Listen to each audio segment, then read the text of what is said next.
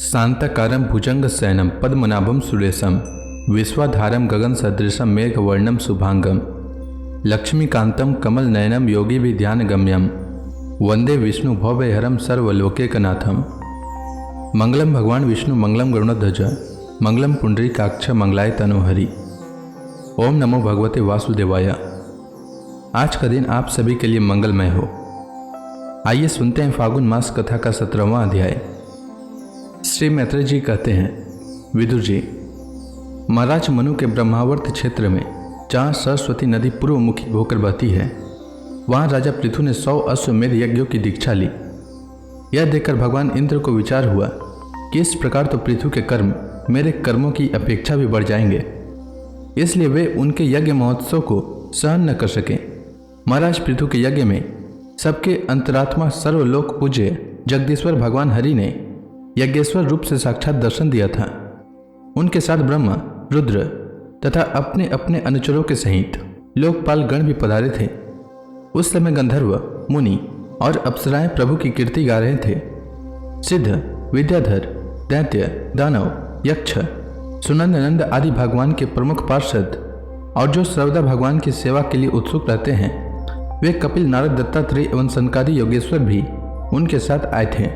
भारत, उस यज्ञ में यज्ञ सामग्रियों को देने वाली भूमि ने कामधेनु रूप होकर यजमान की सारी कामनाओं को पूर्ण किया था। नदियां दाख और ईख आदि सब प्रकार के रसों को बहा लाती थी तथा जिनसे मधु चूता रहता था, ऐसे बड़े बड़े वृक्ष दूध, दही, अन्न और घृत आदि तरह तरह की सामग्रियां समर्पण करते थे।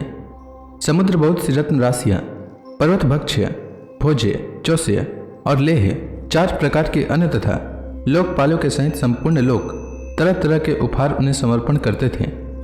महाराज पृथु तो एकमात्र श्रीहरि को ही अपना प्रभु मानते थे।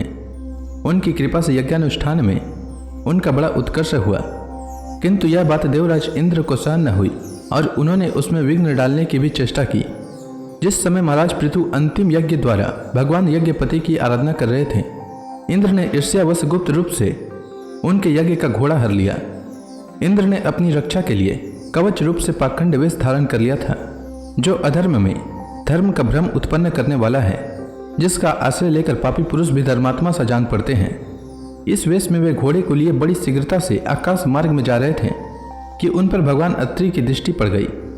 उनके कहने से महाराज पृथु का महारथी पुत्र इंद्र को मारने के लिए उनके पीछे दौड़ा और बड़े क्रोध से बोला, अरे खड़ा रह, खड़ा रह। इंद्र सिर पर जटाजूट और शरीर में भस्म धारण किए हुए थे। उनका ऐसा वेश देखकर पृथु कुमार ने उन्हें मूर्तिमान धर्म समझा, इसलिए उन पर बाण नहीं छोड़ा। जब वह इंद्र पर वार किए बिना ही लौट आया, तब महर्षि अत्रि ने पुनः उसे इंद्र को मारने के लिए आज्ञा दी। वत्स, इस देवाधम इंद्र ने तुम्हारे यज्ञ में विघ्न डाला है, तुम इसे मार डालो। अत्रि मुनि के इस प्रकार उत्साहित करने पर पृथु कुमार क्रोध में भर गया। इंद्र बड़ी तेजी से आकाश में जा रहे थे। उनके पीछे वह इस प्रकार दौड़ा जैसे रावण के पीछे जटायु।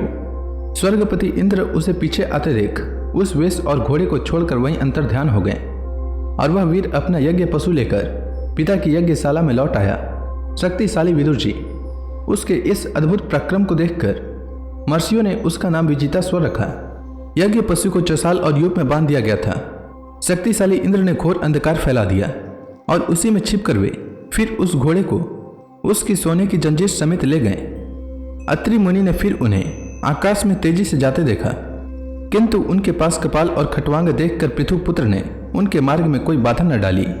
तब अत्रि ने राजकुमार को फिर उकसाया और उसने गुस्से में भरकर इंद्र को लक्ष्य बनाकर अपना बाण चढ़ाया। यह देखते ही देवराज उस वेश और घोड़े को छोड़कर वहीं अंतर्ध्यान हो गए। वीर विजिता स्व अपना घोड़ा लेकर पिता की यज्ञशाला में लौट आया। तब से इंद्र के उस निंदित वेश को मंदबुद्धि पुरुषों ने ग्रहण कर लिया। इंद्र ने अश्वहरण की इच्छा से जो जो रूप धारण किए थे, वे पाप के खंड होने के कारण पाखंड कहलाएं। यहाँ खंड शब्द चिन्ह का वाचक है। इस प्रकार पृथु के यज्ञ का विध्वंस करने के लिए यज्ञ पशु को चुराते समय इंद्र ने, जिन्हें कई बार ग्रहण करके त्यागा था, उन नग्न, रक्तांबर तथा कापालिक आदि पाखंड पूर्ण आचारों में मनुष्यों की बुद्धि प्रायः मोहित हो जाती है, क्योंकि ये नास्तिक मत देखने में सुंदर है और बड़ी बड़ी युक्तियों से अपने पक्ष का समर्थन करते हैं। वास्तव में ये उपधर्म मात्र है। लोग भ्रमवश धर्म मानकर उनमें आसक्त हो जाते हैं। इंद्र की इस कुचाल का पता लगाने पर परम पराक्रमी महाराज पृथु को बड़ा क्रोध हुआ। उन्होंने अपना धनुष उठाया, उस पर बाण चढ़ाया। उस समय क्रोध वेश के कारण उनकी ओर देखा नहीं जाता था। जब ऋत्विजों ने देखा कि असह्य पराक्रमी महाराज पृथु इंद्र का वध करने को तैयार हैं, तब उन्हें रोकते हुए कहा, राजन, आप तो बड़े बुद्धिमान हैं। यज्ञ दीक्षा लेने पर शास्त्र विहित यज्ञ पशु को छोड़कर और किसी का वध करना उचित नहीं है। इस यज्ञ कार्य में विघ्न डालने वाला आपका शत्रु इंद्र तो आपके सुयश से ही ईर्ष्यावश निस्तेज हो रहा है। हम अमोघ आवाहन मंत्रों द्वारा उसे यहीं बुला लेते हैं और बलात् अग्नि में हवन किए देते हैं। विदुर जी, यजमान से इस प्रकार सलाह करके उसके याजकों ने क्रोधपूर्वक इंद्र का आवाहन किया। वे आहुति डालना ही चाहते थे कि ब्रह्मा जी ने वहां आकर उन्हें रोक दिया।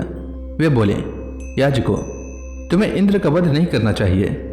यह यज्ञ संज्ञक इंद्र तो भगवान की ही मूर्ति है। तुम यज्ञ द्वारा जिन देवताओं की आराधना कर रहे हो वे इंद्र के ही तो अंग हैं और उसे तुम यज्ञ द्वारा मारना चाहते हो। पृथु के इस यज्ञानुष्ठान में विघ्न डालने के लिए इंद्र ने जो पाखंड फैलाया है वह धर्म का उच्छेदन करने वाला है। इस बात पर तुम ध्यान दो।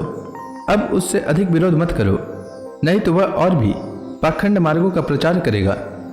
अच्छा, परम यशस्वी महाराज पृथु के 99 ही यज्ञ रहने दो। फिर राजर्षि पृथु से कहा, राजन, आप तो मोक्ष धर्म के जानने वाले हैं, अतः अब आपको इन यज्ञानुष्ठानों की आवश्यकता नहीं है। आपका मंगल हो।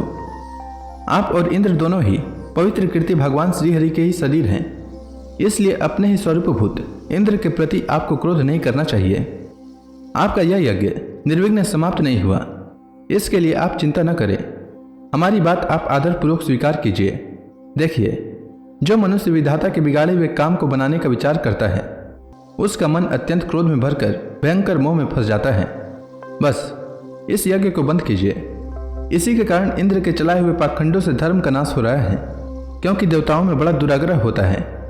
जरा देखिए तो, जो इंद्र घोड़े को चुराकर आपके यज्ञ में विघ्न डाल रहा था, उसी के रचे हुए इन मनोहर पाखंडों की ओर सारी जनता खिंचती चली जा रही है। आप साक्षात विष्णु के अंश हैं। वे इनके दुराचार से धर्म लुप्त हो रहा था। उस समयोचित धर्म की रक्षा के लिए ही आपने उसके शरीर से अवतार लिया है। अतः प्रजापालक पृथु जी, अपने इस अवतार का उद्देश्य विचार कर आप भृगु आदि विश्व रचयिता मुनीश्वरों का संकल्प पूर्ण कीजिए। यह प्रचंड पाखंड पथ रूप इंद्र की माया अधर्म की जननी है। आप इसे नष्ट कर डालिए। श्री मैत्रेय जी कहते हैं, लोक गुरु भगवान ब्रह्मा जी के इस प्रकार समझाने पर प्रबल पराक्रमी महाराज पृथु ने यज्ञ का आग्रह छोड़ दिया और इंद्र के साथ प्रीतिपूर्वक संधि भी कर ली। इसके पश्चात जब वे यज्ञांत स्नान करके निवृत्त हुए तब उनके यज्ञों से तृप्त हुए देवताओं ने उन्हें अभिष्ट वर दिए। आदिराज पृथु ने अत्यंत श्रद्धापूर्वक ब्राह्मणों को दक्षिणाएं दी तथा ब्राह्मणों ने उनके सत्कार से संतुष्ट होकर उन्हें अमोघ आशीर्वाद दिए। वे कहने लगे, महाभाव, आपके बुलाने से जो पितर, देवता, ऋषि और मनुष्य आदि आए थे उन सभी का आपने दान मान से खूब सत्कार किया। श्री मैत्रेय जी कहते हैं, विदुर जी, महाराज पृथु के 99 यज्ञों से यज्ञ भोक्ता यज्ञेश्वर भगवान विष्णु को भी बड़ा संतोष हुआ। उन्होंने इंद्र के सहित वहां उपस्थित होकर उनसे कहा। तो इसी के साथ यह अध्याय समाप्त हुआ। इसके बाद श्री भगवान ने क्या कहा वह मैं कल के अध्याय में सुनाऊंगा। तब तक के लिए भगवान हरि का नाम लेते रहें। तो प्रेम से बोलिए, भगवान विष्णु की जय, श्री कृष्ण भगवान की जय, समस्त देवी देवताओं की जय।